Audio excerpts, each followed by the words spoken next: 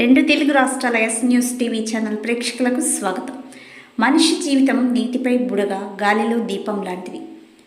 ఎప్పుడు మలిగిపోవునో, ఎలా పగిలిపోవునో ఎవరికి తెలియదు.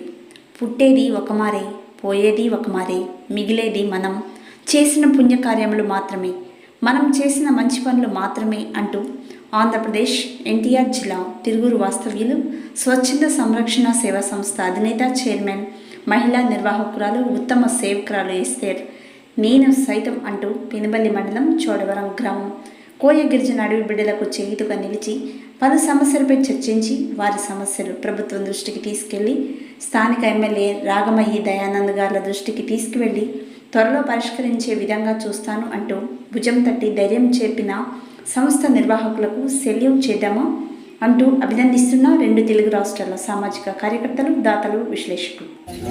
తీసుకొని మీకు రైస్ లేకపోయినా, బట్టలు లేకపోయినా, మీకు ఏ అవసరం ఉన్నా నాకు ఫోన్ చేయాలి. నాకు ఫోన్ చేస్తే మీకు ఏం కావాలో అది నేను కలగను. ఓకేనా?